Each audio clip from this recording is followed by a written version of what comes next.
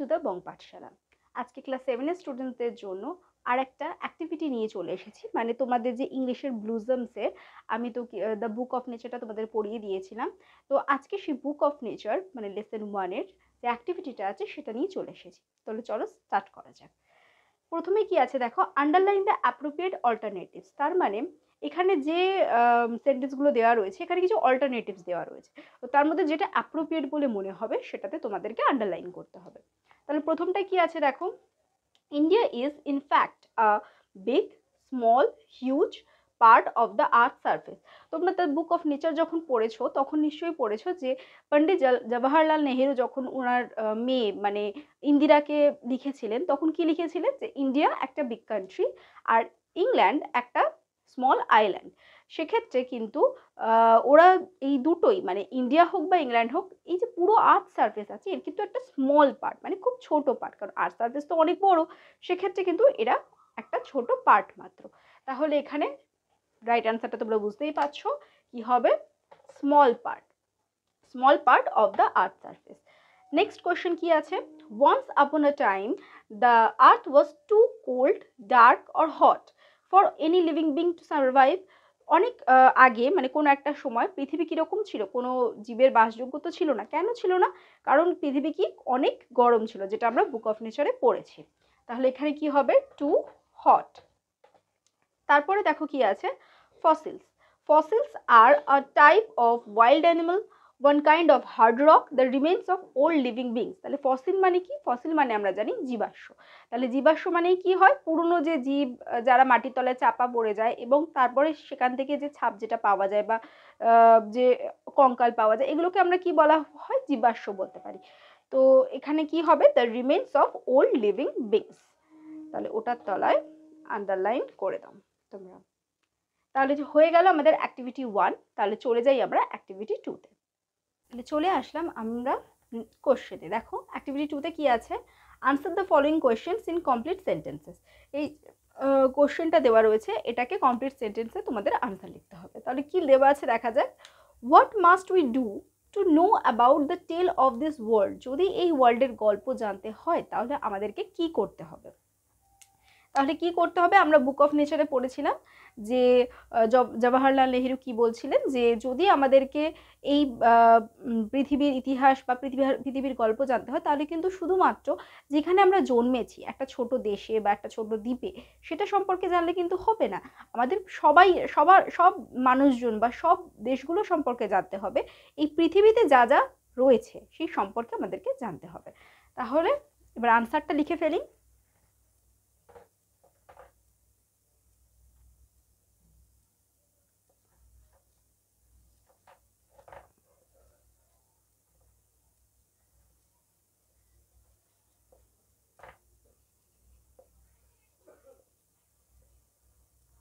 If we want to know about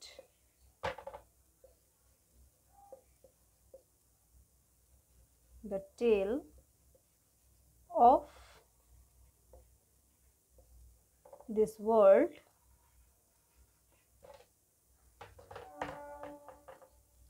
we must think of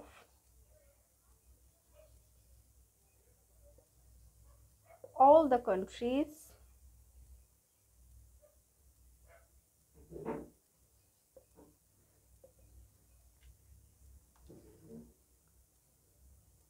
and the pupils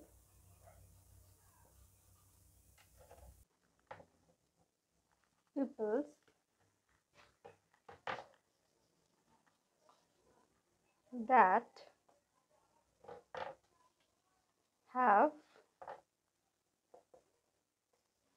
inhabited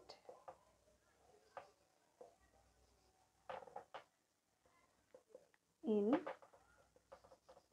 this world.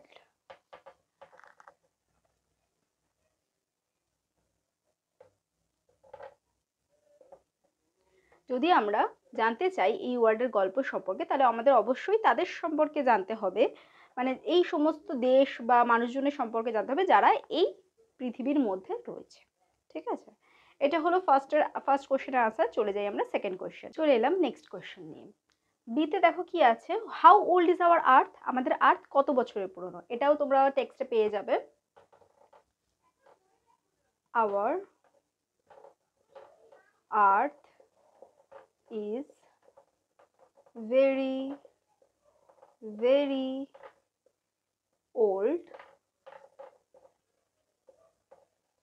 millions and millions years old। হয়ে গেল B এর দাগের কোশ্চেনের answer. তারপরে দেখো C এর দাগের কি আছে, who roamed the earth before the arrival of human beings, মানে হিউম্যান বিংস এই আর্থে আসার আগে, তার আগে কারা এখানে ঘোরাঘুরি করতো, মানে আর্থে কারা থাকতো। লিখে ফেলো, only animals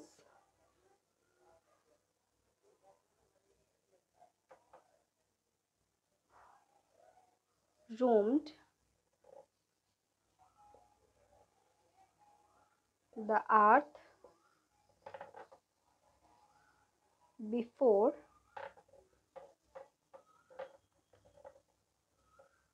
the arrival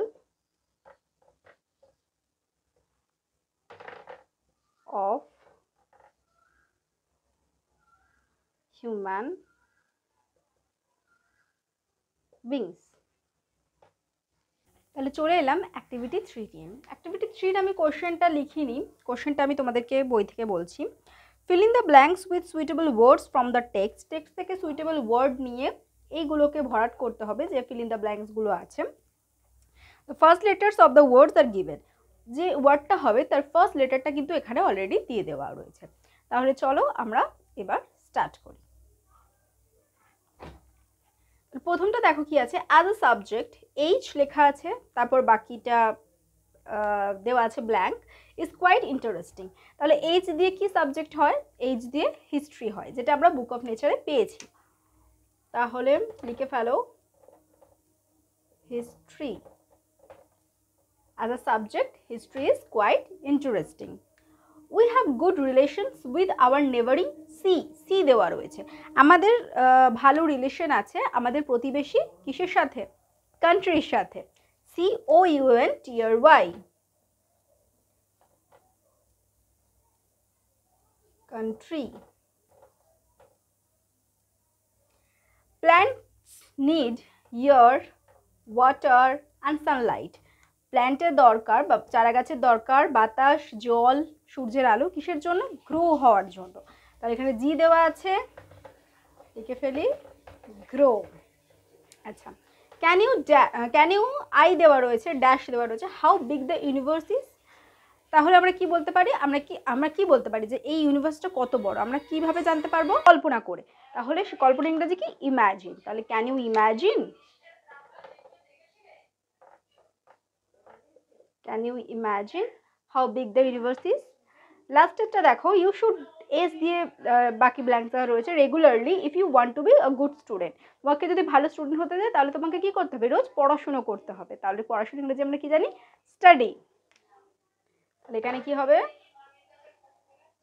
study, you should study regularly if you want to be a good student.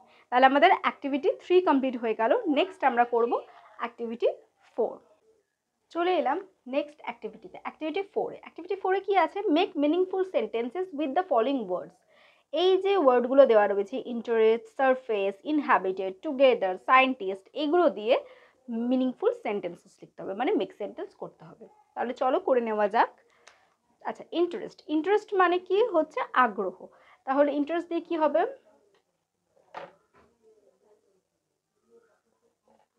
I am interested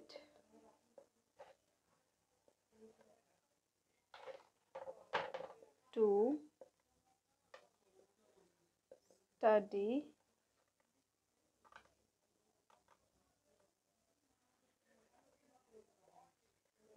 chemicals.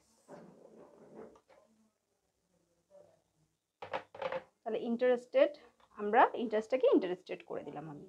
এরপরে হলো সারফেস। সারফেস মানে কি? ভূপৃষ্ঠ, আমরা জানি। এখানে তোমরা ওটা লিখতেই পারো, ওই যেমনটা আমরা পড়েছি, India is a small part of our earths surface. ঠিক আছে, সারফেসের তলায় দাগ দিয়ে দিলাম। ইনহ্যাবিটেড, ইনহ্যাবিটেড মানে বসবাস করে। আচ্ছা, আমরা জানি various types of religions have inhabited in India. তাহলে ইনহ্যাবিটেডও হয়ে গেল যে টুগেদার, টুগেদার মানে হচ্ছে একসাথে থাকা।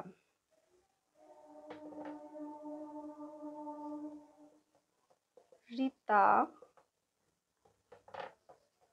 lives together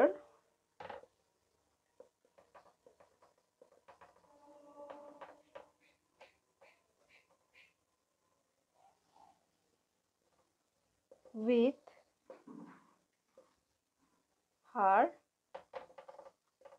parents.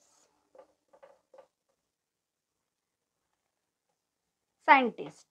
আচ্ছা,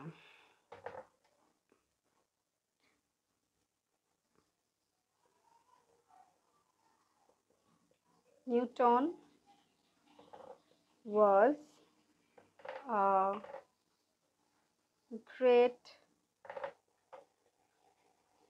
scientist. তাহলে হয়ে গেল আমাদের অ্যাক্টিভিটি 4 কমপ্লিটেড। যদি তোমাদের ভিডিওটা ভালো লেগে থাকে তাহলে অবশ্যই একটা লাইক করে দিও, আর এইরকম ধরনের আরও ভিডিও পেতে গেলে অবশ্যই দ্য বং পাঠশালা চ্যানেলটাকে সাবস্ক্রাইব করে রেখো, আর বেল আইকন প্রেস করতে কিন্তু ভুলো না। নমস্কার।